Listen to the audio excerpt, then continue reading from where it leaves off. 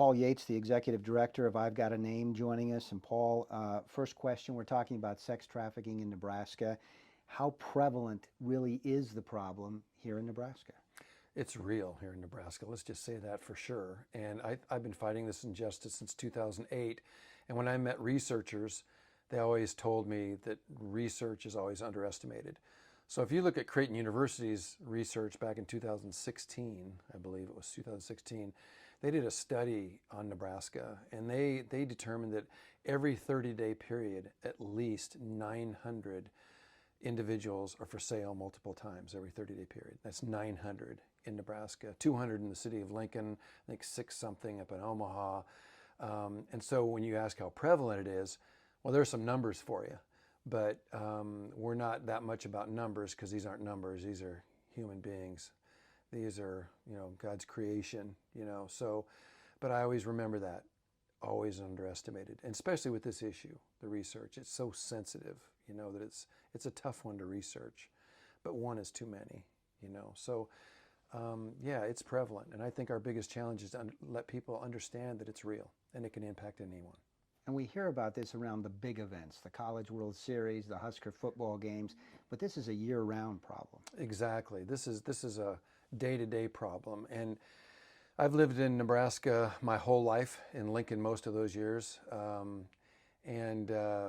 Yeah, I mean, it's all around us, and that's what I've learned. And I just shared with you a few minutes ago, I've been fighting this injustice since 2008, first overseas in Nepal, and I'm still learning, and I'm still just shocked by it, And that's what we're trying to do, is get people to understand that it's everywhere. It's everywhere, and it involves everyone. And just as highlighted points, I'll just say this, in my experience, it has nothing to do with your ethnic group, has nothing to do with your faith background, has nothing to do with your income background either. Certainly, poverty can put you in more vulnerable situations, but abduction into this injustice is here and up here. So, yeah, and that's what people need to understand. And when you talk about it being everywhere, this isn't just a Lincoln and Omaha issue. This is in the rural areas as well. Exactly. That Creighton report had a great heat map image, and the heat map's kind of like the weather map. If it's pink, you better be inside. It's bad weather. And this research was conversations between buyers and sellers. Their IP address on their computers, phones, whatever it is. And and then they show this map of all the way through Nebraska on Interstate 80, which is real, But then people think, well, it's just in the cities along Interstate 80. No, it's in our rural communities too. Even in the Lincoln Diocese, way out west, there's a small community that a mother was selling her 14-year-old daughter. This was years ago, Down southeast of Lincoln, there's a community where a gentleman was taking pictures of women and coercing them and forcing them into things, and selling her pictures. And both those people are in federal prison right now. So it's in the rural communities too, So your organization is called I've Got a Name. Tell Right. me a little bit about what you're doing with I've Got a Name. Sure. And first, I've got to tell you that I've Got a Name. We'll find out right away, the listening audience, their demographic. It's an old Jim Croce song, okay? So us older people, we remember that, and it has nothing to do with this injustice. But our founder, Bob Burton, heard that song after he found out about the injustice of human trafficking, particularly sex trafficking. And he thought, every one of these individuals has a God-given name. I know you by name, you are mine, And a lot of this injustice, names are changed, or they're given numbers and all these things. So that's where the name of the organization came from. But our 3 pillars are awareness, understanding what this is, take action, which is our street outreach, which is the core and the foundation of what we do, our street outreach. And then the 3rd pillar is inspiration. We're experiencing inspiration right now. Thank you so much, allowing us to educate, awareness, educate people of what's going on around them, what to look for, how to respond, and then help us take action. And that's our street outreach. And that's what makes us unique. If there's other organizations in Nebraska that do this, we would love to collaborate and partner with them, okay? But our street outreach is helping protect the vulnerable, okay, by awareness, and also to rescue and restore those who are victims.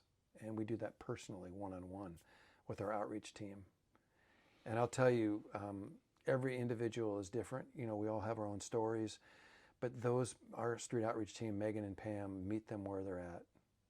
Total 100% unconditional love, and help them on a journey. And Megan's story of her life is that journey. So let's talk about some of those stories. You work with this problem and have for a number of years. Give us a feel for a real life story of someone you've worked with in Nebraska who's been the victim of sex trafficking. Yeah, that's a great question. And I think we have so many stereotypes that we deal with, okay? From the news media, from movies. I mean, I have to tell you, I used to think the movie Pretty Woman was a cute movie. It's a horrible movie, honestly. They glamorize the life of prostitution, and Richard Gere will come off and take you away.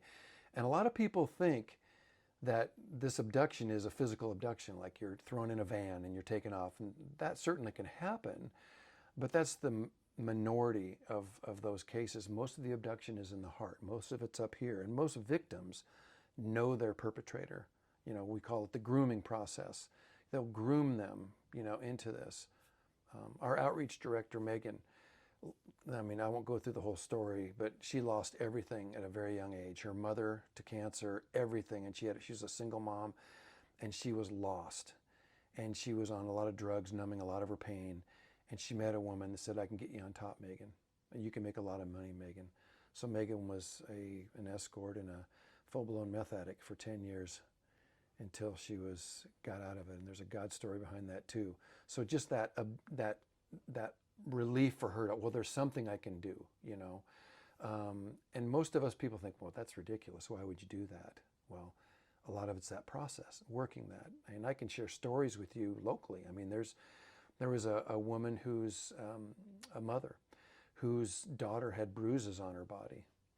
And she thought it was from athletics because she was very athletic, gifted in that, until her mother saw her image on her computer. She's being sold by her boyfriends. This was in high school. You know, or going to a high school football game and there's a recruiter there, you know, and his main job is to find girls that want to go to a party after the game, you know, and should they go? No, but do they? Yeah. And part of that coercion is that, as Lauren Bethel, an international consultant, said, it's the exploitation of vulnerability. These young girls are vulnerable by what this gentleman's saying to them, everything they want to hear, you know. And so they go to the party, and maybe they're offered alcohol, and they drink it. Maybe they're offered drugs, and they take it. And then here comes that question or that comment, oh, that's not free. And they start to scare them and coerce them, you know. And if they take that next step, they've got them, see. That's how it works. They've got them. And that case down in southeast Nebraska was a guy getting a picture of a girl with her shirt off. It started as that. And then, you know, started to threaten her and all this fear tactics and all this shame and guilt. And they've got them, you know. So there are so many different ways this happens. And like I said, I cannot say this enough. They exploit them through their vulnerabilities, and they groom them and take as long as they need to get them. So as a parent, what can you do to protect your child? Yeah, that's a great question as a parent, or as even your neighbor or a grandparent or anything, and our youth as well. Awareness is critical. See, I think we all have this mindset, I know I did years ago, that human trafficking or sex trafficking or women in the life of prostitution, well, it's all overseas. Or it's on the East Coast, West Coast, and I've already shared with you, it's everywhere, you know. And so these myths and these stereotypes, or it happens to a certain community of people, you know, no, it can be your daughter, you know. And so I would think one of the biggest issues we face right now is technology. I mean, when I was a kid, you know, if you came across a Playboy magazine, it was like, where did you get that? You know, pornography and everything, it just is all over the place. And when I started fighting this injustice, just using that word sex and sex trafficking, all of a sudden I'm getting all these things on my computer, you know, and our phones and everything, you know, the technology is frightening. And games even, the social media stuff. There's a documentary called The Social Dilemma, I believe. I think it's on Netflix. And it talks about the impact of social media is having on our youth. And me too, and you too, and everybody, you know. I mean, all these apps now that make you look skinnier, prettier, all this garbage, You know, what's a like? What's a friend? And our youth just get attracted to that and get pulled into that, and it changes your whole personality on how you're responding to that. Am I loved?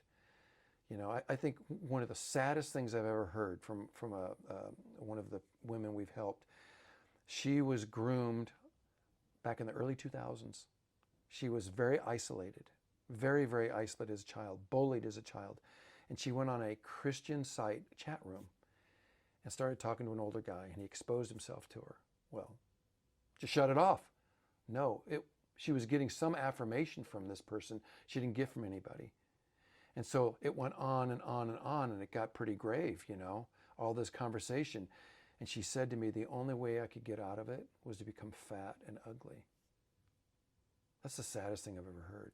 Because to me, there's no such thing as fat and ugly. You're his masterpiece, you know. But that's here, isn't it? See? And so she got fat and ugly, she said, to get out of it, you know. And that's a tragedy, but this guy just groomed her into that. And so these phones, I always use the example, and I'm an older guy, but I don't know about you, but when my kids turned 16, I didn't just give them the car keys and throw it at them and say, go ahead and have a great time, come home whenever you want, you know. Well, it's the same thing with these cell phones. You know, what age do they need it, and what kind of phone do they really need? I understand the need for them, especially with females, But it's also a magnet. You know, we're working with a 13-year-old right now. We've been working with her for 3 years. And she was solicited on a game blocks, an app, a kid's game. You know, all these things you can get on and play these different games. I'm not a video guy. And talk to other people, you know. You need to shut that stuff off. You shut it off completely? Do you limit it? Do you set guidelines? What do you do as a parent? Well, as a parent, this is just Paul's talking as a parent. I'm an overprotective parent, but you know, I mean, yeah, limit time on those things. I mean, I don't know about you, but I remember when everybody was outside having a good time and being creative. Now it's just all on their computers and their phones, and everybody's walking around looking at their phones. You know, limit time on that. You know, and even the doctors will tell you that. Of course, my doctor said, don't watch so much TV. You know, when you're little. Now we have a TV right in front of us, don't we? Everywhere we go. You know. I never wanted a TV in the bedroom. Well, our TVs are in the bed now because our phones are there. So limit that time. And also, gosh, when you give your child a phone, talk with them about it. You know what? I don't believe that's a right. That's a privilege. And be engaged with them. And no matter what age they are, start talking about people out there, you know, that may want your information. That's why the social dilemma is fascinating, about how they track your information and everything. Be very careful with that. You should be able to get on your kid's phone at any time and look at something. And if they're upset about that, too bad. You know, take the phone away from them. You ground a kid for this, they're in the room, they're in the house, they're off the phone or whatever. This is serious stuff. It's really, really serious. I will tell you this. Dr. Ron Hampton did research in Nebraska back in 2015 for the Governor's Task Force. And he found, and this is an international researcher, 1 out of every 250 high school and middle school girls enter the commercial sex trade in Nebraska. 1 out of 250. There was 54 known just by the answers of these questions. There's an organization in Omaha that do incredible work, but they're going out into the East Coast now. And they used to do training. I wish they were still here. We do some of this as well. And they went to, and actually it was a Catholic school. And they went in and they did this research with questions for all their students. Questions like, do you ever get online and do something to get a gift card? You know, something like that. And the high percentage of students did that stuff. See, that's a way to be manipulated and get your information. And if you're going to take that gift card, what's the next step you'll do? So then they start to work with you. You know, that may sound really innocent. But that's a big deal. That's a big deal. You know, so those phones and technology or computers, everything, you got to be very careful of it. And as a parent, watch over it and monitor it. So you stress the importance of awareness, and as part of your effort to raise awareness of sex trafficking in Nebraska, you've got a conference coming up, Connect to Protect Conference. It is coming up on August 5th at the Embassy Suites in Lincoln from 8 to 4. Who should be attending this conference? Everybody. Yeah, thank you. This is a conference I just have to plug it. Union Bank and Trust. They had their big give last year, and they gave out 10 grants to 10 nonprofits, and we were the small nonprofit because we're not a small nonprofit. And the community voted, and we won. And so one of the things we want to do is to give back to Lincoln, and this has to be about Lincoln and surrounding communities. Although we're throughout Nebraska, okay, but our focus is Lincoln because of our resources. But yeah, we're excited about this, and it's connect to protect because we're finding more and more issues with our youth. As I just said, that 13-year-old, we've got 12-year-old, 15-year-old. We'd much rather protect than rescue. Okay, we have to do both, but to protect. So this conference is something we're really excited about, and I have to tell you right off the bat, it's inexpensive. You know, I believe it's $35. I don't even know. You think I should know? Is there 40 for an individual, 40 for a couple? Because we want men to come, you know, it's a big man issue. But we've got some great speakers. We have Candace Jones, who's a survivor from Omaha, and she made me cry when I heard her on Carney. She's just amazing. We've got Child Advocacy Center people there going to talk. We have law enforcement people there. They're going to talk. Dr. George Williams, who's a counselor and a child therapist who I've known for years, is going to talk about this issue and it's impacting our kids, especially social media. And we've got Father Sean Kilcawley that's going to come talk about child exploitation and pornography. Doug Fitzgerald is going to give a keynote at lunch, and he has One Shot, One Life, a great man of accountability. And so when I say everyone, you know, you can bring your kids if you want, but this is kind of an adult thing. And I talk to kids, I talk to youth groups and everything all over, but we need to create awareness with parents. We need to create more awareness in the medical community, in our school systems, you know, all over. And that's why we're trying to get people there to educate Lincoln. I mean, I think this conference will hold up to 480 people. I'm not concerned about numbers. God will have who he wants there. But we're accountable for this, you know. And so when we find out things, we need to share that more and more. And that's what I love to do, is go out and speak. And it's yeah, we raise money. Yeah, we need to. But it's to create awareness, you know. And going out and speaking is so important. So this conference is kind of a hub of all that, to create awareness and advocates to go out. And we're going to have opportunity to say, hey, invite me to your church, invite me to your business to do a lunch and learn, or your organization, or to your home, you know, and invite people over. The more we know, knowledge is power, isn't it? The more we know, the more we can protect our kids and our community, and especially to be more compassionate and loving. It's easy for us to judge those people that are in that life, but guess what? They have a story too, and it's not a lifestyle choice. And if you wait until you're involved in this, it's probably too late at that point. This conference is for people to learn about it before you get involved in this. Yes, we want people to become more educated, be more aware. And I'll tell you this too right off the bat, we're not law enforcement, and law enforcement has learned a lot and has great laws today too to help them do more things. But you know, where do you call? What do you do? What are the warning signs? What do you look for? But it starts at home. We know that, don't we, as Catholics? We know that. I mean, it's the foundation of the home that the evil one is attacking, and he's attacking relationships, and that's where it starts. And unfortunately, a lot of these victims, it's parents that are not being good parents, or they're selling, you know.